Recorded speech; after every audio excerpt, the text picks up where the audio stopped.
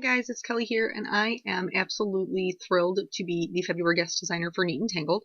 So today I'm going to be using Sweet Home, which is actually a Christmas set, but you know I'm a big fan of stretching my stamps, Sketchy Cupcake, and then one of their new stamp sets, which is absolutely adorable, called Lumberjack Love. So I took a couple of pieces from each one, and I'm going to start building a Valentine's Day card. Valentine's Day is Sunday. And I thought that this would be cute. I loved this little bear. I mean, look, he's just sitting with his little foot tucked up underneath his little booty. I mean, absolutely adorable. He is so cute. Who wouldn't want to get him for Valentine's Day? So I have some masks that I had already cut because I was kind of playing around with how my arrangement was going to be. So I'm going to mask him off. And then this is the cupcake base, but I'm going to use it as a basket. As soon as I draw this line in, I'm going to mask it and use it as a basket. Because I thought that it would be really cute in the Sweet Home set. They have, Danielle has like little peppermints for Christmas, and I thought that they would be cute as like little swirly suckers for Valentine's Day. So they come all in a row. There's a large and a small, and they alternate.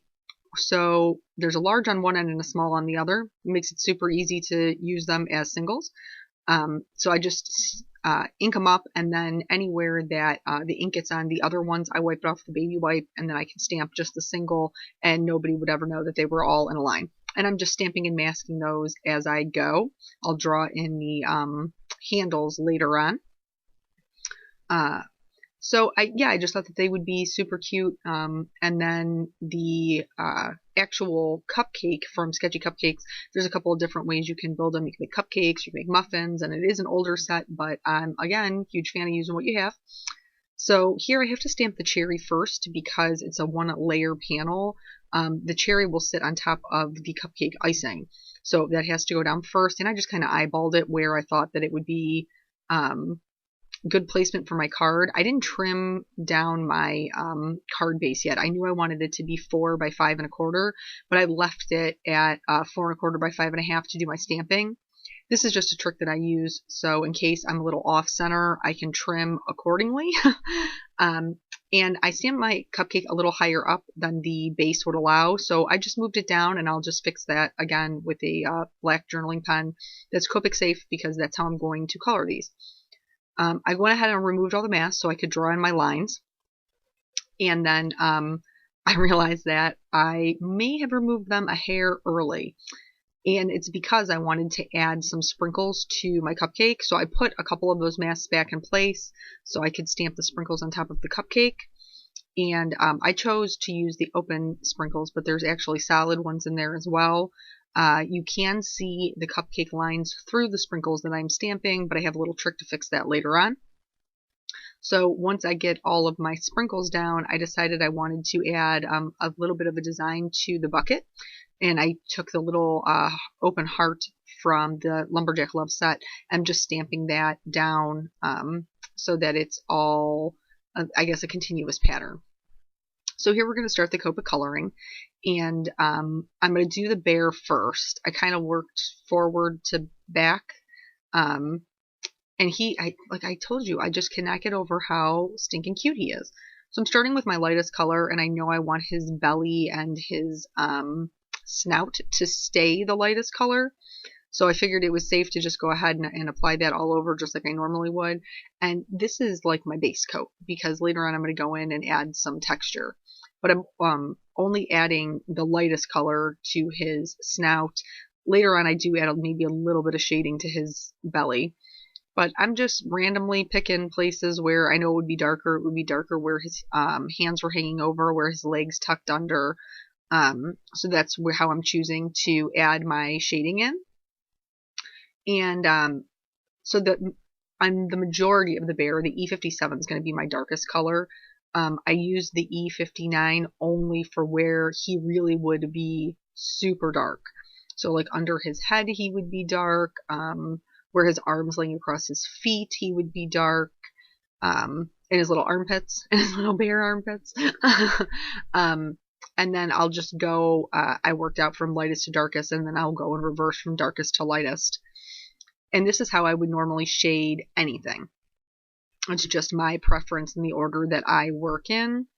but I wanted him to have that texture, like I was saying before.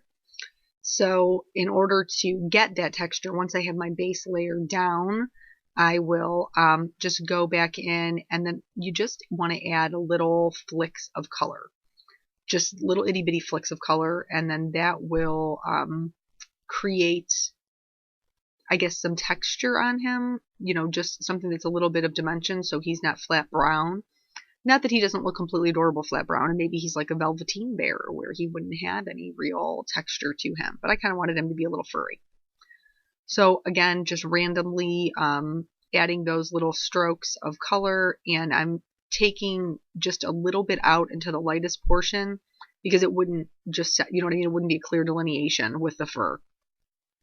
So I took the E55 up until the E53 a little bit, and then the E57 up into the E55 a little bit, and then I did even add some with the darkest color, the E59, where I had previously put it, where it would make sense for it to go. And this just, kind of makes him a little fuzzy. Whatever you want to do. Like, he doesn't have to be fuzzy if you aren't into that or you're not confident in that. Just,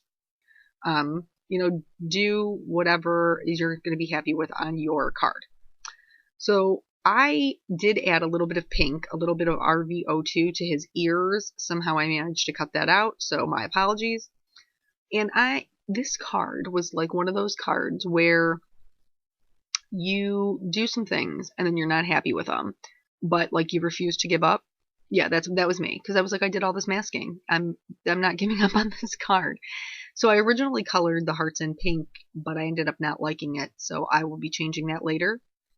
And I wanted the little suckers to be like rainbow colored, multicolored. You've seen those like in the store, right? I know I have.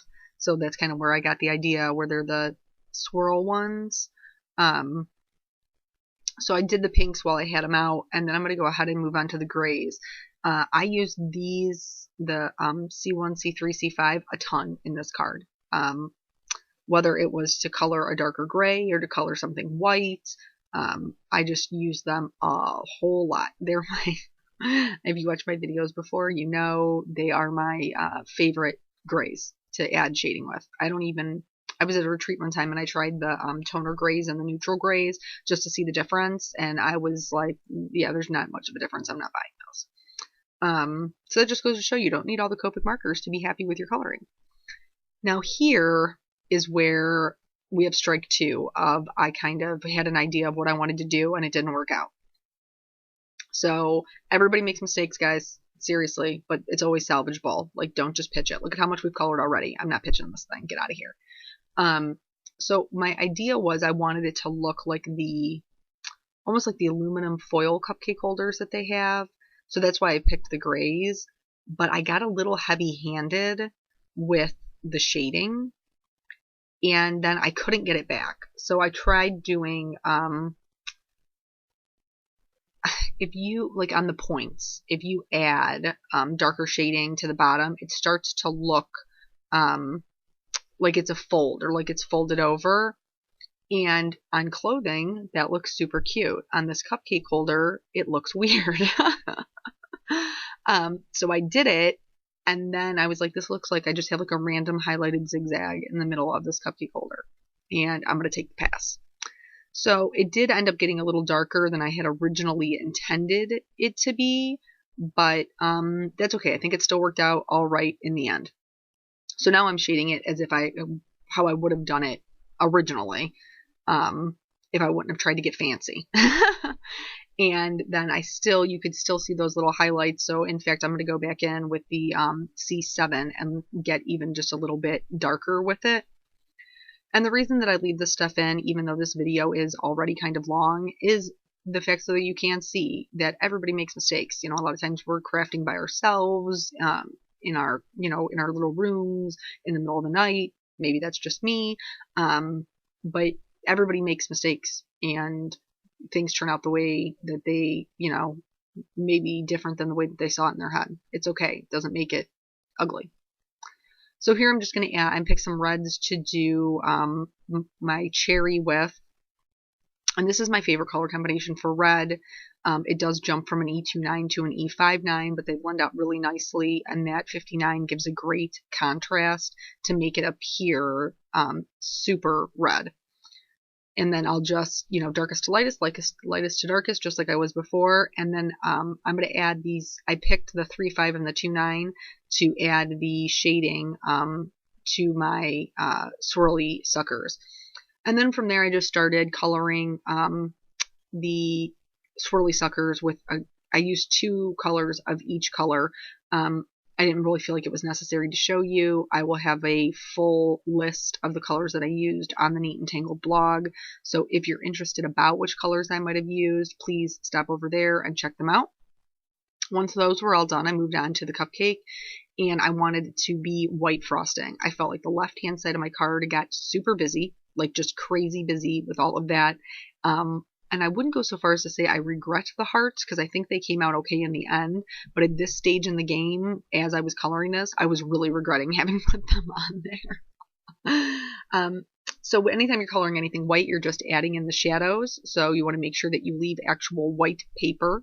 So I'm just using the C1 and the C3 to add just a little bit of shading to where those layers would be sitting on top of each other. And then I picked the darkest color that I used to shade the swirly suckers, and I colored the sprinkles with those. And I just picked random ones, enough so that all the colors were represented. And this is where I decided I'm going to change those hearts to red. I just felt like it was too what's the word I want? Segregated. Like everything was separate from each other. It didn't feel like one piece. So I thought bringing in the red would give me that visual triangle and would make the card less busy. It would be less to look at. When you work in threes, your eyes are naturally drawn to in the form of that triangle. So I didn't want to leave this big dark gray cupcake liner just the way it was. So I'm using a white gel pen to just add in some polka dots. And then I'll go back in with the C3 and color over where the shading would be, where the darkest parts would be, so that it looks a little more natural. But I will tell you that coloring over a white gel pen can ruin your nibs, so try that at your own risk. I've never had an issue, but then again, I don't care. I would just replace the nib because I like the look of it enough to take the risk. I added white lines throughout the swirls, and then I added some white diagonal lines on the hearts. Again, just trying to knock those back a little bit because I felt like it was so busy. And then I always outline my images. This is just something that I prefer to do. I feel like it makes the colors pop a little bit more. So I used EK Success journaling pen, and I just was going over the black lines that were already there. And these are souffle pens. So they are what they call embossing pens, which means they dry opaque and a little puffed up so that you can kind of like feel them. And I went over the colors I had already colored it to cover up those black lines. Now, once these dry and they're completely opaque, you can't see through them. If you're not happy with the colors, you can go back over them again with your Copic markers, but there is a risk to the nib, just like I told you before. So I needed to ground my image. I'm using the same C's that I did before, C5, C3, C1, and just so that way they have something that they're sitting on. You don't want them just floating in midair. It looks kind of bizarre that way. And then I felt like the background was a little bit blank. So for me, I always do distress inks, or I will add in what I'm doing now, which is like a blue-green or a blue background, just to outline them. And that's what I decided to do because I wasn't masking all that stuff to do the distress inking. So I went from the BG15 to the 11 and to the BG0000 and blended those all out. Added some Winkostella to the suckers and the cherry. And then we're going to go ahead and stamp the sentiment. This is from the Sketchy Cupcake set. And I just thought it was cute. It says, "Hey, sweets." And I thought it was, I just thought it fit. It's Valentine's Day and there's all kinds of sweets going on the card. So here I'm using some Schoolhouse Red cardstock by Simon Says Stamp to go ahead and put down on my white card base. And then I have I have colored craft foam. That's just what I bought. So I picked out a red to put behind my panel, and I had already trimmed it down. I trimmed my craft foam down to be just like about 1/4 of an inch smaller than my background piece. I'm using Tombow Metal Multi-Glue to put those down because it gives you a little bit of wiggle room to make sure everything's lined up. And then just to finish the card off, I'm going to put some glossy accents on the cherry and then just a couple of the suckers to help them stand out a little bit. So that is the card for today. Thank you so much for joining me, and thank you so much to Danielle for inviting me to be her guest designer. And I will see you guys again later in the month with some more fun stuff from Neat and Tangled. Have a wonderful day. Bye.